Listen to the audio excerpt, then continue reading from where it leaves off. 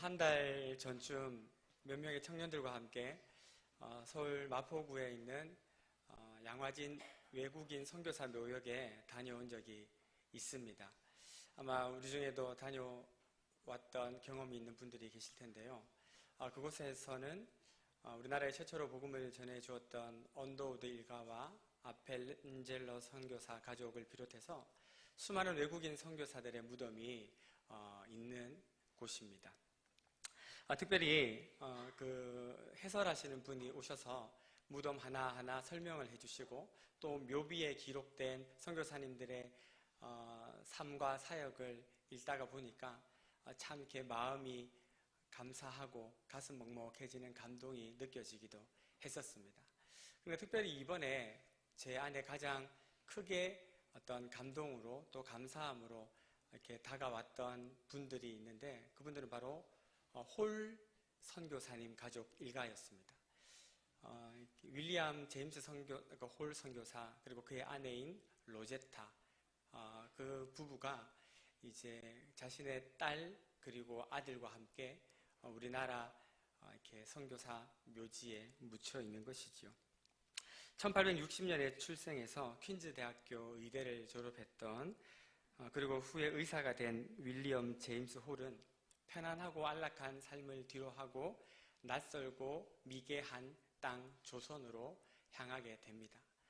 그리고 우리나라에 와서 의료 선교를 하는데 평양에서 사역을 하다가 34살의 젊은 나이로 세상을 떠나게 됩니다. 전염병에 감염이 됐기 때문이죠. 그리고 자기 아버지의 얼굴도 보지 못한 채 태어난 그의 어린 딸은 또 이 조선에서 3년 6개월간의 짧은 생을 마감하고 또 죽게 됩니다. 그런데 남편과 어린 딸의 목숨을 앗아간 저주의 땅, 손가락질하고 내가 다시는 이 땅에 오나 봐라.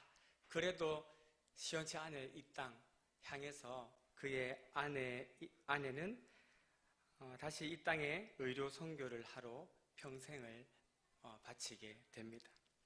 그리고 그 이후에 그 아들이던 셔우드 홀, 이렇게 실로 되게 유명을 하죠. 셔우드 홀이 역시 의대를 졸업을 하고 의사가 돼서 우리나라에 와서 결핵 퇴치를 앞장선 의료 선교 사역을 하게 되지요. 그가 미국에서 공부를 마치고 한국에 올 때 했던 말이 이것입니다. 내 아버지가 못다 이룬 꿈을 이루러 나는 이 땅에 왔노라 였습니다. 그리고 그렇게 의료 사역을 하다가 1940년 일본 헌병대에 의해서 강제 추방을 당하게 되고 인도 등지에서 선교 사역을 하다가 미국에서 죽게 됩니다. 그러나 그의 유해는 살아 생전에 그의 유언을 따라 다시 자기 부모님이 묻혀있는 그리고 자기가 태어났고 자기가 품고 자기가 씨를 뿌렸던 이 땅 한국에 와서 지금 자기 부모님 무덤 옆에 묻혀 있는 것이죠. 그리고 우리나라에 왔었던 선교사는 아니지만 홀 선교사처럼 젊은 인생을 송두리째 주님을 위해 바치며 오지에 선교를 하러 떠나간 분들이 많습니다. 그 중에 또 누가 있냐 하면 바로 창끝이라는 영화로 잘 알려진 짐 엘리엇 선교사입니다. 그는 1956년 29세의 젊은 나이로 에콰도르에 있는 아우카족, 인디안족들에게 복음을 전하러 갔다가 거기서 무참하게 살해를 당하게 되지요. 엘리엇과 함께 젊은 4명의 선교사님들이 이 에콰도르로 출발한 지 닷새가 지났는데 아무런 소식이 없는 거예요. 그래서 그들을 파송했던 선교본부에서 비행기를 보내가지고 그 지역을 탐사하다가 5명의 선교사 모두가 처참하게 피를 흘리며 강가에 쓰러져 죽어 있는 것을 발견하게 됩니다. 그런데 한 가지 이상한 점을 찾게 되죠. 그것은 뭐냐면 이들 선교사들이 모두 그 몸 안에 권총이 다 있었는데 단 한 발도 총을 쏘지 않고 있었다는 사실이죠. 뭐를 말하는 겁니까? 총을 사용해서 자신들을 죽이려고 하는 원주민들을 죽이고 자신들은 살 수 있었지만 그들은 그 선교 대상들을 죽이는 대신 자신의 죽음을 선택했다는 것 아니겠습니까? 당시 타임지에서 What a waste 이 얼마나 끔찍한 낭비인가라고 이야기를 하며 그 짐 엘리엇의 아내인 엘리자베스를 찾아갔습니다. 그때 엘리자베스가 이렇게 이야기해요. 낭비라니요. 내 남편은 어렸을 때부터 이 순간을 준비해 왔던 사람입니다. 그리고 아우카족을 찾아가서 그 꿈을 이룬 것이죠. 다시는 내 남편의 죽음을 낭비라고 이야기하지 마십시오. 그는 가장 값진 것을 얻기 위해 대가를 치른 것뿐입니다. 얼마 후 그렇게 말했던 엘리자베스와 그리고 함께 갔던 젊은 선교사들의 아내들은 1살, 2살밖에 되지 않은 젖먹이 어린 아이들을 데리고 자기들의 남편을 죽인 아우카 부족을 향해 이렇게 말하며 나아갑니다. 우리 남편들이 못다한 일들을 우리들이 마저 해야 한다. 그들뿐만이 아닙니다. 하디, 헐버트, 루비 캔드릭, 시티 스터드 등등 수많은 이들이 이 세상 사람들에 의해서 낭비라고 불려지는 삶을 살다가 죽었습니다. 그들은 왜 그렇게 산 것일까요? 그들의 삶은 정말 무가치하고 무의미한 것일까요? 그들에게는 몇 가지 공통점이 있는데 그것은 바로 예수 그리스도를 믿는 신자요 하나님의 자녀였다는 것입니다. 오늘 17절에 기록하고 있는 것처럼 자녀요 하나님의 상속자요 그리스도와 함께한 상속자라는 것이죠. 그리고 그들은 그리스도와 함께 영광을 받기 위하여 기꺼이 고난도 함께 받아야 한다는 사실을 알았던 이들이었습니다. 영원한 것을 위해서 영원하지 않는 것들을 기꺼이 포기할 줄 아는 사람들이었던 것입니다. 그러나 사랑하는 성도 여러분, 우리가 기억해야 할 것이 있습니다. 그런 삶, 짐 엘리엇이나 언더우드나 홀이나 시티 스터드와 같은 그런 삶은 특별한 어떤 소수의 사람들만 사는 삶이 아닙니다. 크든 작든 화려하든 보잘것없든 우리 모든 성도의 삶이 바로 그런 낭비의 삶입니다. 왜냐하면 17절 하반절에서 이야기하는 것처럼 우리가 그와 함께 영광을 받기 위하여 고난도 함께 받아야 하는 존재가 되었기 때문이죠. 그렇습니다. 노 크로스, 노 크라운, 우리가 잘 알고 있는 말 아닙니까? 십자가 없이 면류관이 없는 것이죠. 고난이 없이 영광이 없는 것이죠. 우리 주님이 먼저 그 십자가를 지시고 하늘과 땅의 모든 권세를 가지신 주님으로부터 모든 이름 위에 뛰어난 이름을 받으신 것처럼 우리도 주님을 따르는 제자된 우리 역시 우리 각자의 십자가를 지고 그분을 섬길 때 영광의 면류관을 받게 되는 것입니다. 그러나 그 십자가를 정작 지고 가는 사람은 그렇게 많지 않아 보입니다. 예수를 믿지 않아서도 아니고 주님을 사랑하지 않아서도 아닙니다. 우리가 다 주님을 믿고 주님을 사랑하고 주님을 향한 눈물이 있지만 우리가 그럼에도 불구하고 십자가를 지지 못하고 살아가는 이유, 내게 허락하신 좁은 길을 걸어가지 못하는 이유는 바로 그 십자가를 지고 갈 힘이 없기 때문입니다. 우리 각자에게 허락된 좁은 길, 각자의 몫으로 지워주신 십자가를 우리는 다 져야 한다는 것 알지요. 그거 지고 살아가야 되는 존재가 되었다는 것 압니다. 그러나 그 십자가를 지고 갈 힘이 없기 때문에 우리는 오늘도 내 몫의 십자가를 외면하고 살아가고 있는 형국인 것이죠. 그러나 그럼에도 불구하고 우리가 우리 인생 여정을 통해서 절대로 포기할 수 없고 포기되어서도 안 되며 반드시 지고 가야 할 것, 그것이 바로 십자가 아닙니까? 어떻게 해야 될까요? 어떻게 해야 우리 주님이 주신 고난의 십자가를 감당하며 살 수 있을까요? 첫 번째로 우리는 그리스도인에게 있어서 그리스도를 위한 고난은 당연한 것이다 라는 인식을 가져야 합니다. 아까 읽었던 것처럼 17절에 보면 자녀이면 또한 상속자, 곧 하나님의 상속자요 그리스도와 함께한 상속자니 우리가 그와 함께 영광을 받기 위하여 고난도 함께 받아야 할 것이니라 라고 말씀하고 있어요. 많은 이들이 예수의 제자가 되는 것에 대한 오해가 있는 것 같습니다. 특히 번영신학, 만모니즘과 같이 변질된 복음에 오염된 그리스도인들은 그리스도의 제자됨이 무엇을 의미하는지 잘 모르고 있어요. 그저 잘 먹고 잘 살고 잘 되고 더 잘 되는 것을 지상과제로 여기며 살아갈 뿐입니다. 그러나 성경은 분명히 말씀하고 있어요. 그와 함께 영광을 받기 위하여 함께 고난도 받아야 할 것이다 라고 말입니다. 예수님의 12제자들을 한번 보십시오. 하늘과 땅의 모든 권세를 가지신 주님께서 직접 뽑아 세우신 제자들 아닙니까? 그런데 그들의 삶은 어떻습니까? 온통 고난으로 점철된 인생들 아니었습니까? 그들뿐만이 아니죠. 구름같이 허다한 믿음의 증인들, 2000년 기독교 역사를 통해 오고 간 수많은 믿음의 선진들, 그들의 삶은 이 땅에서의 안위와 부귀와 영화를 뒤로하고 주를 위해 고난 맞는 자리로 기꺼이 달려나갔던 자들의 모습 아닙니까? 그것이 무엇을 의미합니까? 바로 우리 주님 다시 오심을 기다리는 이들은 우리 주님이 다시 오실 때 우리에게 허락하실 그 영광을 받기 위하여 이 땅 사는 동안 고난도 함께 받아야 된다. 그것을 알고 살았던 사람들이다. 이 말 아니겠어요? 물론 여기서 제가 말씀드리는 고난이라는 것이 매맞고 핍박당하고 순교하는 것만을 의미하는 것은 아닙니다. 주님과 주님의 교회를 위해 자원하여 받는 모든 고난을 의미하는 것이죠. 땀 흘려 수고하고 눈물로 봉사하는 것, 이름 없이 빚도 없이 묵묵히 주님이 주신 것으로 섬기고 봉사하는 것, 그것이 바로 주님을 위해 고난받는 것입니다.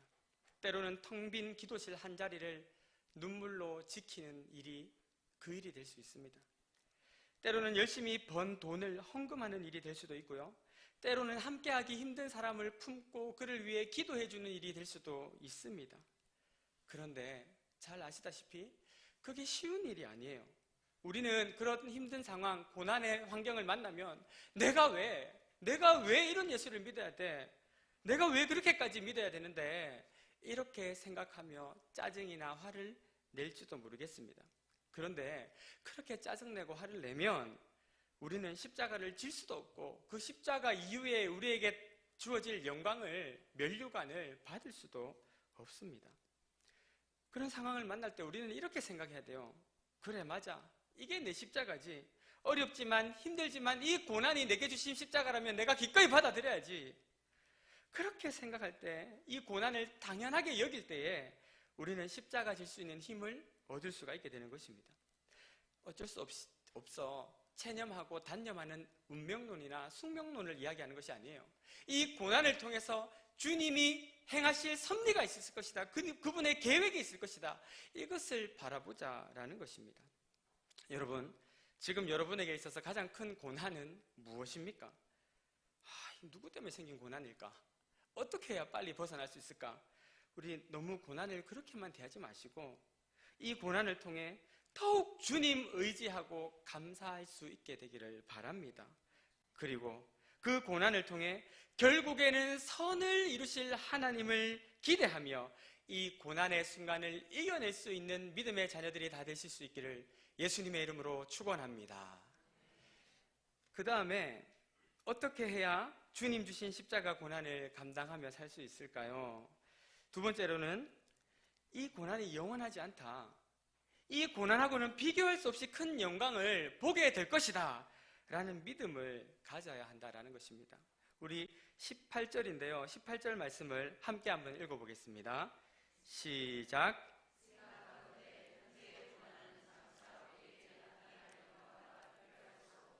아멘. 아멘. 태릉 성수총에서 훈련을 받는 국가대표 운동선수들의 모습을 TV를 통해서 본 적이 있습니다. 눈물과 땀이 온몸을 적십니다. 하도 힘들어서 이를 세게 깨무니까 이빨이 상할까봐 마우스피스를 끼고 훈련을 하더군요. 한 리포터가 어떤 선수를 붙잡고 인터뷰를 합니다. 힘들지 않습니까? 그래서 선수가 이렇게 이야기합니다. 안 힘들 리가 있습니까? 그런데 여기 편하려고 온 사람 아무도 없습니다. 흘린 땀의 양과 메달의 색깔이 비례한다고 믿기 때문입니다. 편하려고 여기 온 사람 아무도 없다. 정말 와닿는 말 아닙니까? 예수 따르는 것도 마찬가지입니다.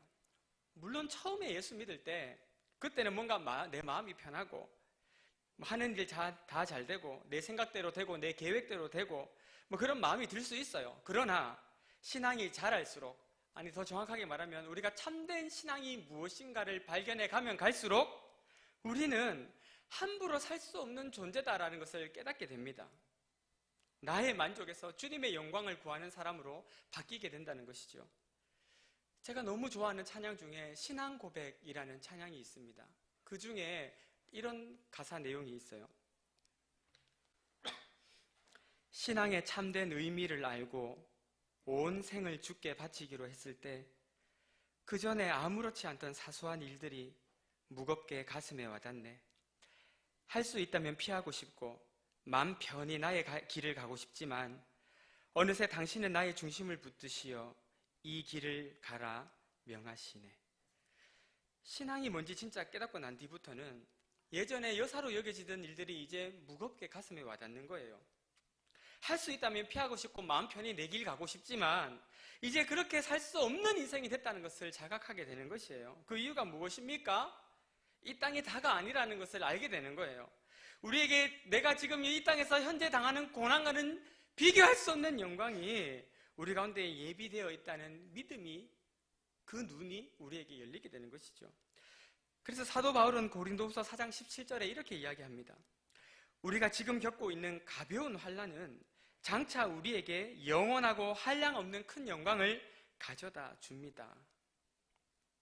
바울은 장차 성도들이 누리게 될 영광의 크기와 현재 우리가 예수님을 믿는다는 이유로 겪게 될 고난의 크기는 지금 이 고난이 아무것도 아닌 것으로 여겨질 정도로 앞으로 큰 영광을 보게 될 것이다. 그것을 이야기하는 것이죠.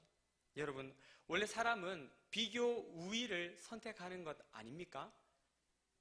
학생이 공부하는 과정에 있어서의 고초가 아무리 크다 하더라도 이게 입시에 성공해서 누리는 기쁨과 혜택에 비할 바가 되겠어요? 출산하는 고통이 아무리 크다고 해도 해산의 기쁨에 비할 바 되겠습니까? 그렇게 태어난 자식 진자리 마른 자리 갈아 뉘는 수고를 감당하는 고통이 아무리 큰다 하더라도 그 자식이 나중에 커서 잘되고 성공하는 것을 바라보는 기쁨에 비할 바가 되겠는가 이 말입니다. 하물며 우리가 이 땅 위에서 살면서 주님을 위해서 받는 고난, 어려움 당하는 것이 아무리 크다고 하더라도 장차 우리가 받게 될 영광에 비하면 아무것도 아니다라는 것이죠.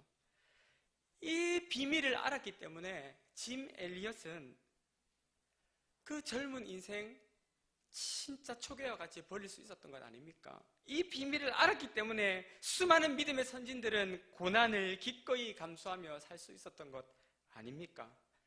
사랑하는 성도 여러분, 만일 여러분에게 그리스도를 위한 고난, 그리스도 때문에 받는 어려움, 말씀에 순종하는 과정 속에서 받는 고통이 있다면 그것은 너무 행복한 일입니다. 왜냐하면 그 고난과 비교할 수 없는 영광을 우리 주님께서 차곡차곡 예비하고 계시기 때문입니다.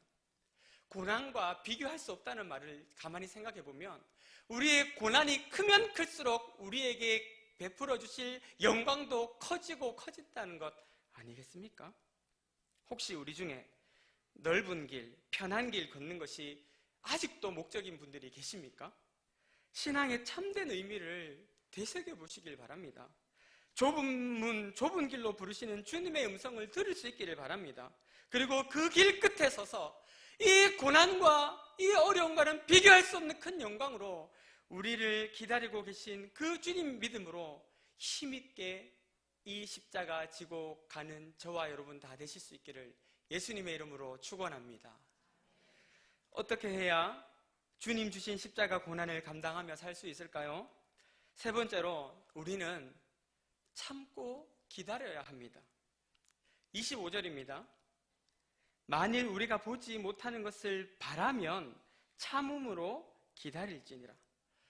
뭐 이렇게 대책 없는 말이 있나 싶지만, 뭐 이렇게 무책임한 말이 있나 싶지만 우리 주님이 하시는 말씀이 이거예요.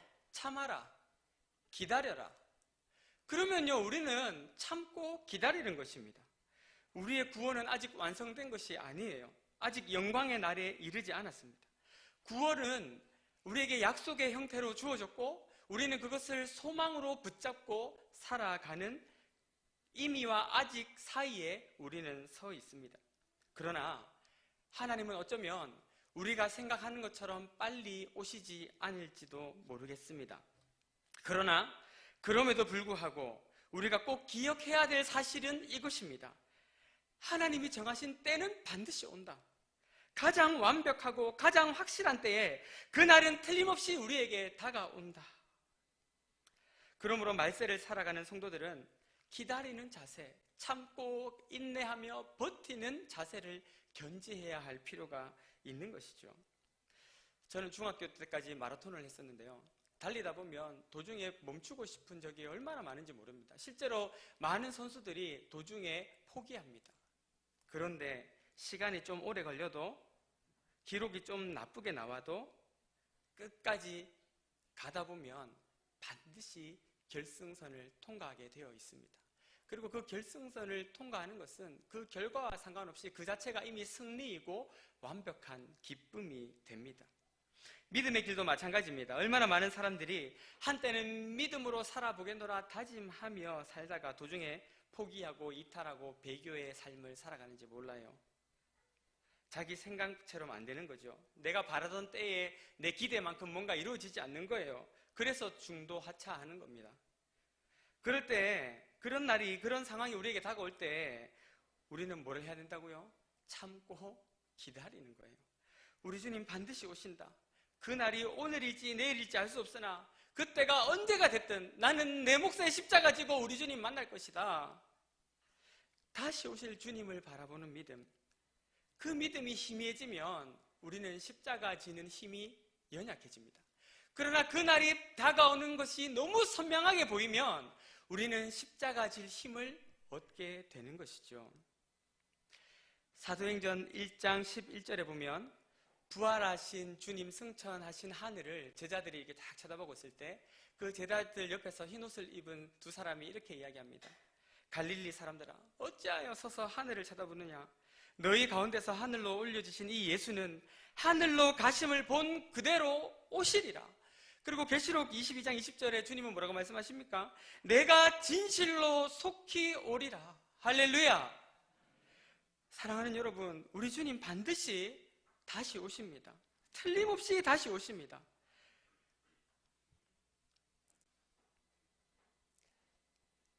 이몽룡이가요, 내 꼭 다시 올게. 내 장원급제 해가지고 꼭 다시 올게.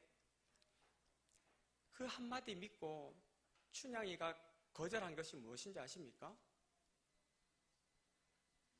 사또 수청 한 번만 들면 인생 잘 풀릴 텐데, 아무도 건드리는 사람 없이 편안하게 살 수 있을 텐데, 여러분 그 수청 거절하는 것이 쉬운 일처럼 여겨지십니까? 천만에요. 그러나 춘향이가 끝까지 버틸 수 있었던 이유, 우리 서방님 꼭 오신다. 장원급제 해갖고 오신다. 한 남자를 향한 한 여인의 지고지순도 이렇게 참고 기다리고 인내하게 만들거든.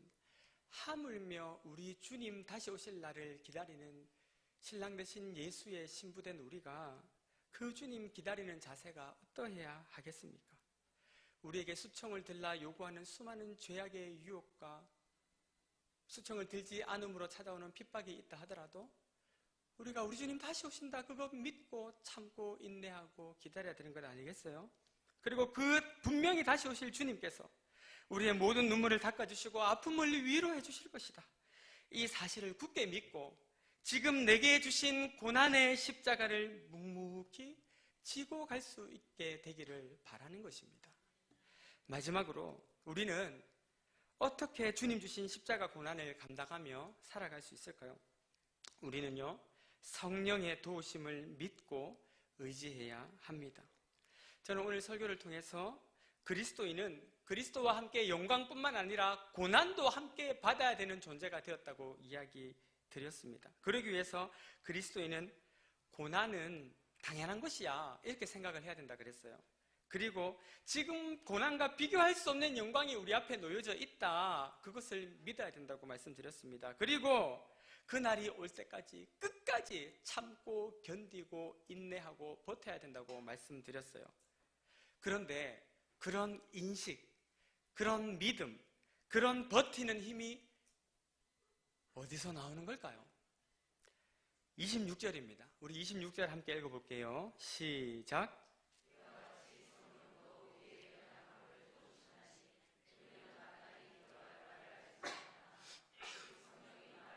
탄식으로 우리를 위하여 친히 간구하심이라.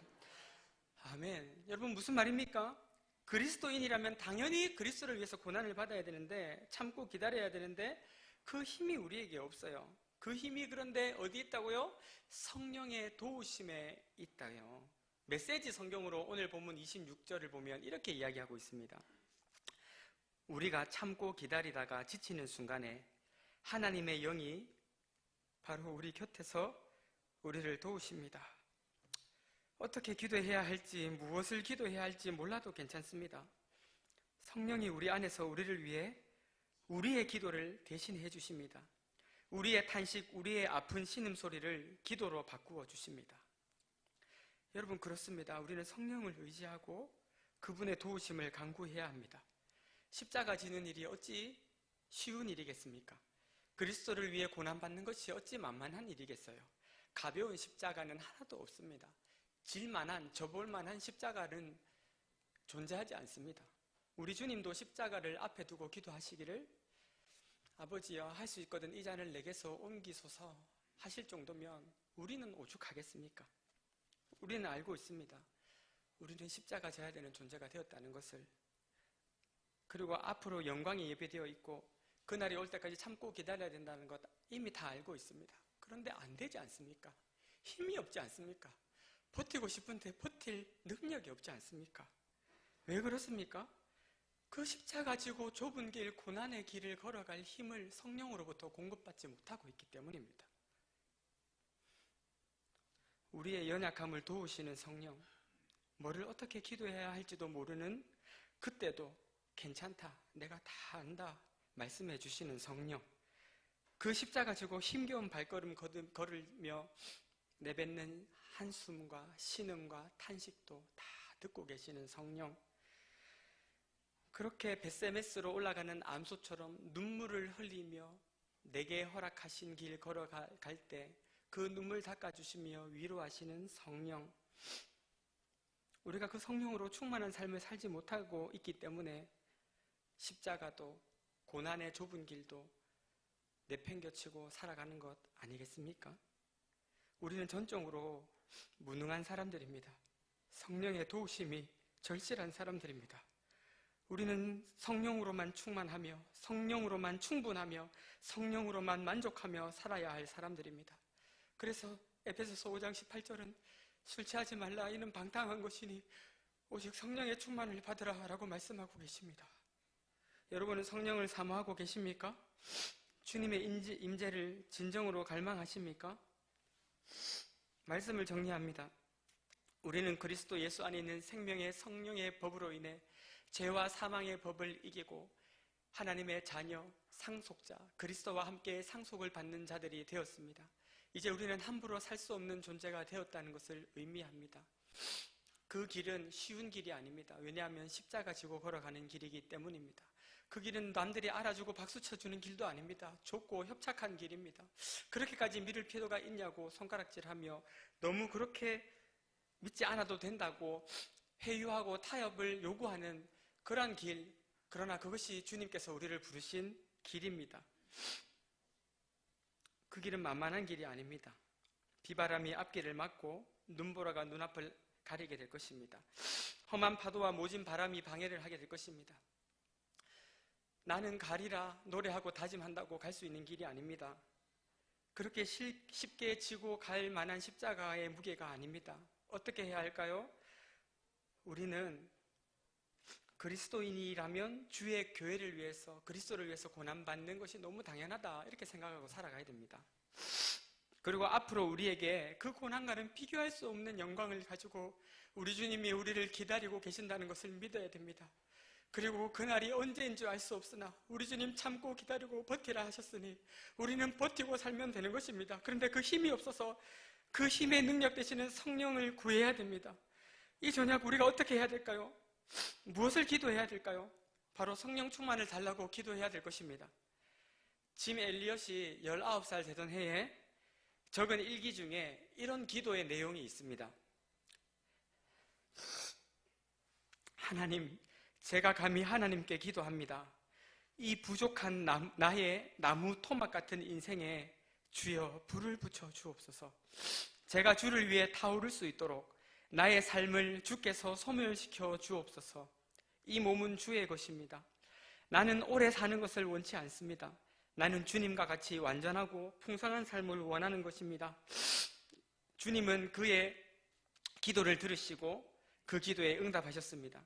좋으신 우리 성령님은 그가 기도한 대로 살 수 있도록 늘 힘을 주셨고 죽음이라는 고난도 기꺼이 받아들일 수 있게 붙잡아 주셨던 것입니다. 오늘 이 밤 우리 찬양하며 기도할 때 성령을 부어달라고 기도합시다. 십자가 지고 고난을 감당할 힘을 달라고 간구합시다. 그렇게 성령을 간절히 사모하며 간구할 때 불길 같은 주 성령이 빈들의 마른 풀 같은 우리의 심령에 떨어지게 될 것입니다. 그리하여 지금까지 지고 싶어도 힘이 없어서 못 지고 갔던 십자가 다시 지고 힘이 없어서 외면했던 고난의 길 다시 걸으며 하나님 아버지의 영광을 위해 살아가는 저와 여러분들이 다 되실 수 있게 되기를 예수님의 이름으로 축원합니다.